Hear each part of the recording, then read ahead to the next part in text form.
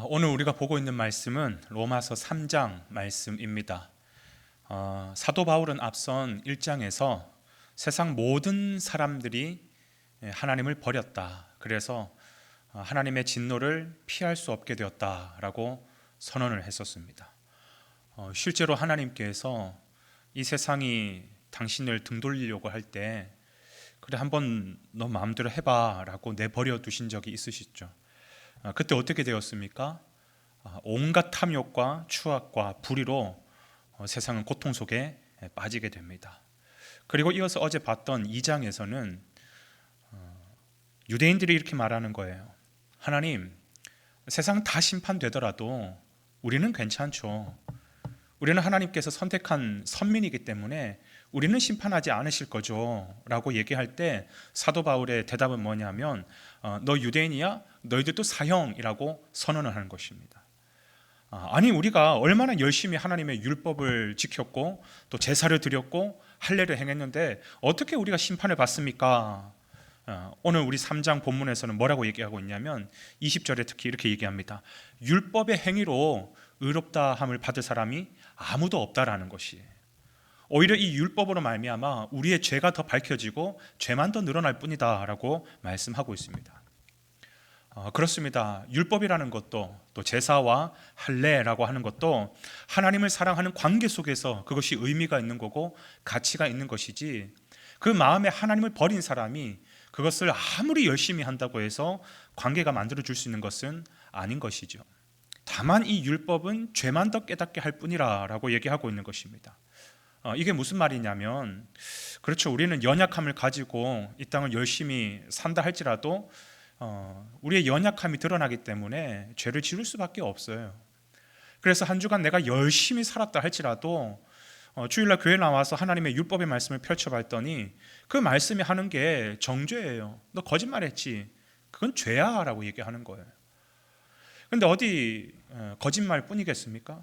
우리의 탐욕과 시기와 질투와 음욕과 분노와 이런 모든 것들이 우리의 삶의 연약함 속에 드러나는데, 말씀에 비춰보니까 내 모습이 전부 다 그것이 죄라고 얘기하는 거예요. 그것도 죄, 이것도 죄, 다 죄인 거예요. 율법이 그런 것이에요. 우리가 율법을 열심히 지키고 그 열심히 그걸 묵상하고 열심히 갈고 닦아가지고 내가 내 몸에 체득을 한다고 해서 그걸로 구원은 받는 것이 아니라, 오히려 율법은 우리가 그 율법 앞에 서면 내가 얼마나 죄인인지 더 드러나기만 하는 것이지 그걸로 우리를 구원시킬 수 있는 것이 아니라는 것이에요. 여러분, 그렇다면 이런 세상, 이런 우리들은 이제 어떻게 되는 걸까요? 그럼요, 어떻게 되겠뇨? 죽음밖에 없죠. 하나님의 심판을 피할 수가 없는 것입니다. 죄의 삭은 사망이에요. 어느 누구도 그 죄값을 다른 어떤 것으로 치를 수가 없는 것입니다. 다 죽음 앞에 서야 되는 것이. 그런데 하나님께서 우리가 타락을 했든 어찌됐든 하나님은 우리를 창조하신 우리의 아버지이십니다. 여러분, 하나님이 우리의 아버지라고 하는 이 사실은요, 어떤 순간에도 이건 깨어지지 않는 사실이에요. 사실. 그렇죠. 아무리 아들이 아버지의 마음을 배반하고 아버지를 등 돌리고 그 가슴에 대못을 박는다 할지라도 아버지와 자식이라고 하는 그 인연, 아버지와 자식이라고 하는 그 신분은 절대로 깨어질 수가 없는 것이죠. 바로 여기에서 하나님의 놀라운 은혜가 시작이 되는 것입니다.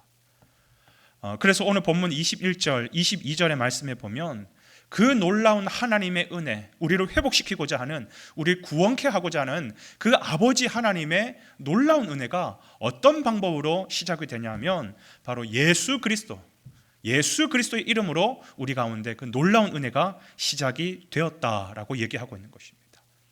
이것은 이미 과거 구약 성경부터 계속해서 예언되어졌던 말씀이고, 그리고 이 세상 어느 누구에게도 차별 없이 우리에게 주어지는 놀라운 하나님의 지혜요 방법이라는 것입니다. 그러면 그 예수님은 도대체 어떤 분인가? 그 예수님은 어떤 일을 행하셨길래 그분을 통해서만 구원을 받을 수 있다라고 말하고 있는가? 오늘 본문 25절을 제가 한번 읽어보겠습니다.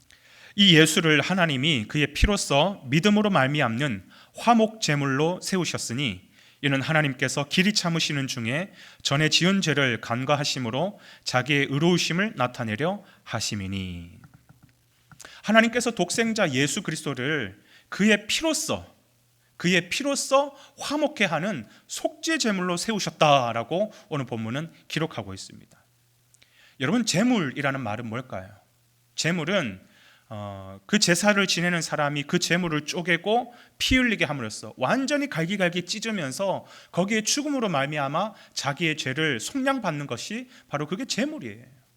예수님이 바로 그 제물이 되셨다라는 겁니다. 우리를 위해서 우리의 죄를 속량하시는 속죄 제물이 되셨다라는 것이. 그런데 우리가 방금 읽었던 그 말씀에서 하나 짚고 가야 될 부분이 있는데 바로 이 화목제물이라고 하는 표현이에요. 화목제물. 이거는 우리가 오해를 일으킬 수 있는 다분한 그런 표현인 것 같아요.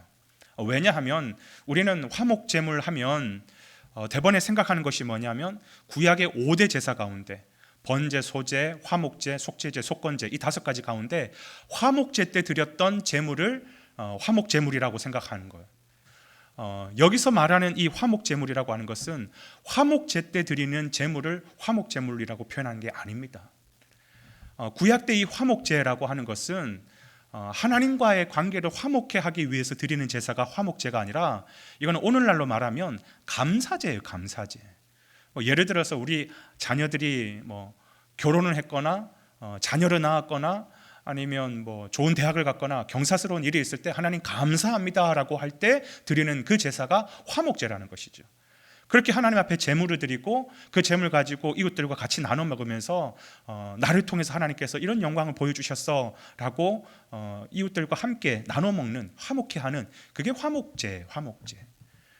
그렇기 때문에 이거는 화목제의 제물이 아니라 엄밀히 말하면 화목케 하는 속죄 제물이에요. 속죄 제물. 예수님이 우리의 속죄 제물이 되셔서 우리의 죄는 어떻게 하는 거예요?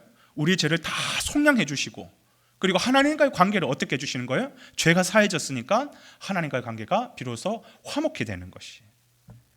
이 놀라운 사실을 오직 믿음으로서만 우리에게 적용된다는 것이 이게 하나님의 방법이고 하나님의 지혜인 것입니다. 이것이 모든 인류에게 가장 복된 소식으로 우리에게 주어진 것이죠. 근데 여기서 중요한 게 뭐냐면 이게 우리의 힘으로 되어지지 않았다라는 것이에요. 28절 말씀처럼 율법의 행위로 의롭다함을 받을 사람이 아무도 없다라는 거예요. 그러니까 우리의 어떤 행위, 열심, 우리의 노력 그런 행위로 우리의 힘으로 되어지는 것이 절대 아니라 오직 은혜로 말미암는 믿음에 의해서 주어지는 하나님의 축복, 하나님의 구원이라는 것입니다. 여러분, 그런 차원에서 본다면 복음은 이 땅 가운데서 유일한 복음은 예수 그리스도밖에 없습니다. 왜 그러냐 하면 여러분 다른 종교들 한번 보십시오. 다른 종교들을 보면 전부 다 지성이면 감천이라는 식으로 내가 열심히 뭔가를 신 앞에 뭘 올려드리고 수행을 하고 고행을 하고 그래서 신을 감동시키면 나를 구원해 줄 거라고 생각하는 거예요. 나에게 축복해 줄 거라고 생각하는 거죠. 성경은 우리에게 뭔가 열심을 다해라, 더 최선을 다해라, 뭔가 더 행위를 많이 해라, 신을 감동시켜라 단 한 번도 그렇게 말한 적이 없습니다. 오히려 성경은 우리에게 뭐라고 얘기하냐면 너희 힘을 빼라라고 얘기하고 있어요. 모세가 그 이스라엘 백성들을 이끌어 나갈 때 홍해를 가를 때 주님께서 하신 말씀이 뭡니까? 뭔가를 하려고 하지 말아라는 거예요. 너희는 가만히 있어 주가 하나님 됨을 알지어라고 말씀하시는 것이죠. 그러니까 성경은 우리에게 뭔가를 하라고 얘기하는 것이 아니라 온전히 힘을 빼고 나를 하나님 앞에 내어드리고 그때 성령께서 예수님께서 나를 붙잡는 거예요. 내가 주님을 붙잡는 것이 아니라 예수님이 나를 사로잡을 때 그때 놀라운 은혜가 주어지는 것이고 구원이 주어지는 것이고 축복이 주어지는 것이죠. 내가 할 일은요 사실 아무것도 없어요.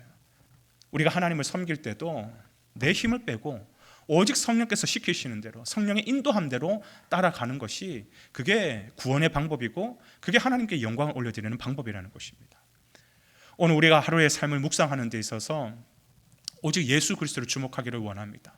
그분만이 우리의 유일한 구원자 되시고 그분은 내가 붙잡는 것이 아니라 나를 그분 앞에 내어드릴 때 성령 하나님 예수 그리스도께서 오늘 내 심령을 붙잡아 달라고 그분이 나를 사로잡아 달라고 온전히 그분만을 묵상하며 나아가는 귀하고 복된 하루가 되시기를 주님의 이름으로 축원을 드립니다.